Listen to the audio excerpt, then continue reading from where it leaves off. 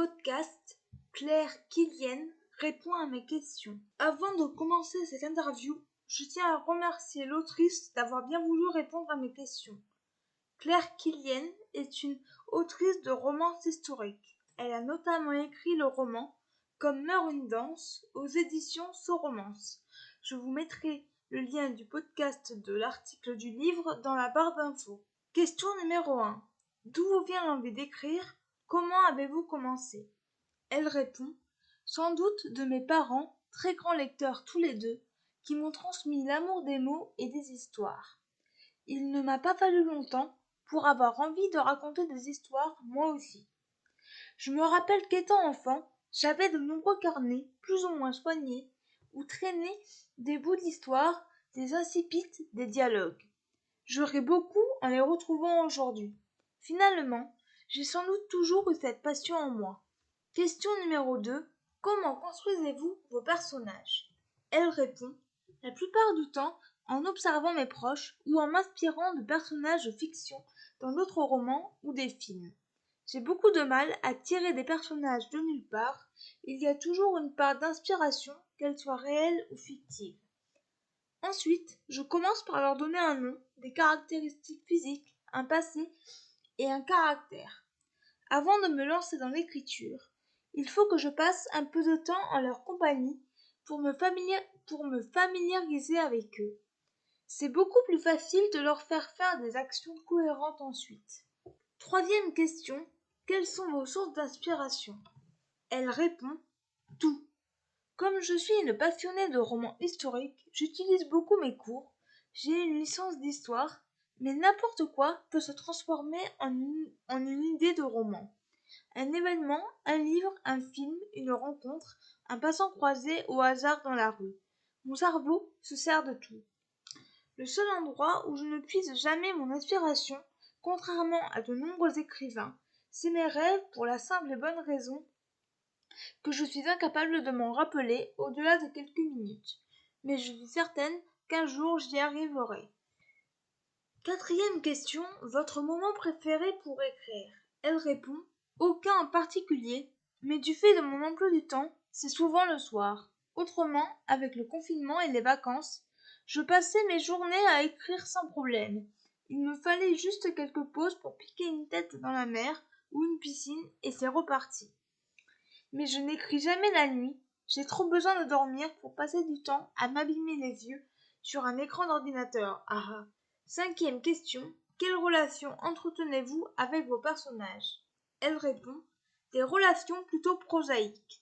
Ce sont mes personnages, je suis l'auteur, ils font ce que je leur dis, la plupart du temps en tout cas, même si j'ai parfois l'impression qu'ils viennent me souffler quelques idées à l'oreille. En tout cas, cela m'arrive souvent de changer la trame de mes romans en cours de route, peut-être à cause de ces murmures de mes personnages. Sixième question. Avez-vous déjà écrit un livre avec un autre auteur? Aimeriez-vous essayer? Elle répond, jamais, je suis d'un tempérament assez solitaire et je peux avoir parfois beaucoup de mal à exprimer mes idées concernant un roman. Ce doit être une expérience passionnante, mais je pense avoir d'abord besoin de mûrir et d'assurer mon propre style avant de me lancer dans l'aventure. Septième question. Avez-vous des projets d'écriture en ce moment? Oh que oui, en même temps un peu trop. Une trilogie de fantasy sur la mythologie bretonne, une saga du chronique qui comportera je ne sais combien de tomes, un roman historique sur la Révolution de 1830 à corriger, un autre à écrire sur Diane de Poitiers, un sur la cour des miracles sous Louis XIII, un roman contemporain sur les apparitions mariales en France, un gros projet de fantaisie. J'ai sans doute de quoi m'occuper pour les 10 prochaines années. Huitième question. Quel est votre endroit préféré pour écrire? Elle répond, face à un jardin et au calme.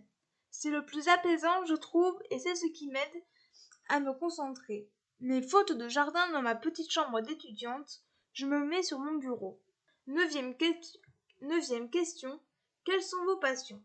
Elle répond, l'histoire, qui se lit dans un certain nombre de mes romans, la lecture et tout ce qui touche à la mer.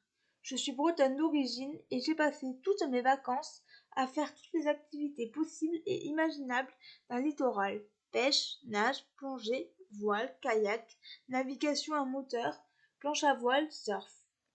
Mais j'ai par-dessus tout une passion pour le catamaran.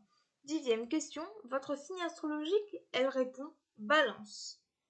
11e question, si vous étiez une capitale mondiale, quelle serait-elle? Elle répond sûrement Dublin, j'aime énormément l'Irlande et je rêve de m'y installer un jour. En plus, la ville est proche de l'un des sites les plus beaux du monde, la Chaussée des Géants. Quelle inspiration pour un écrivain! 12e question, votre plat préféré? Elle répond la salade aubergine feta sans conteste. 13e question, si vous étiez un animal, lequel seriez-vous? Elle répond un lézard pour pouvoir passer mes journées entières à dorer au soleil. 14e question, êtes-vous plutôt plat salé ou sucré? Elle répond de plus en plus salé. Mais je ne refuserai jamais une bonne tarte au citron meringué. 15e question, thé ou café? Elle répond café, sans cela, je ne viendrai pas à bout des montagnes de choses à faire que chaque jour me réserve. 16e et dernière question, que préférez-vous écrire, les personnages, les lieux? Elle répond les personnages et particulièrement leurs dialogues. C'est la meilleure manière de les rendre vivants, je trouve. Et j'aime beaucoup visualiser ces scènes dans ma tête. Ça rend toutes mes histoires bien plus réelles. Voilà, c'en est tout pour ce podcast. J'espère qu'il vous aura plu. Je remercie encore une fois l'autrice d'avoir bien voulu répondre à mes questions. Et je vous retrouve très bientôt pour un nouveau podcast. Ciao!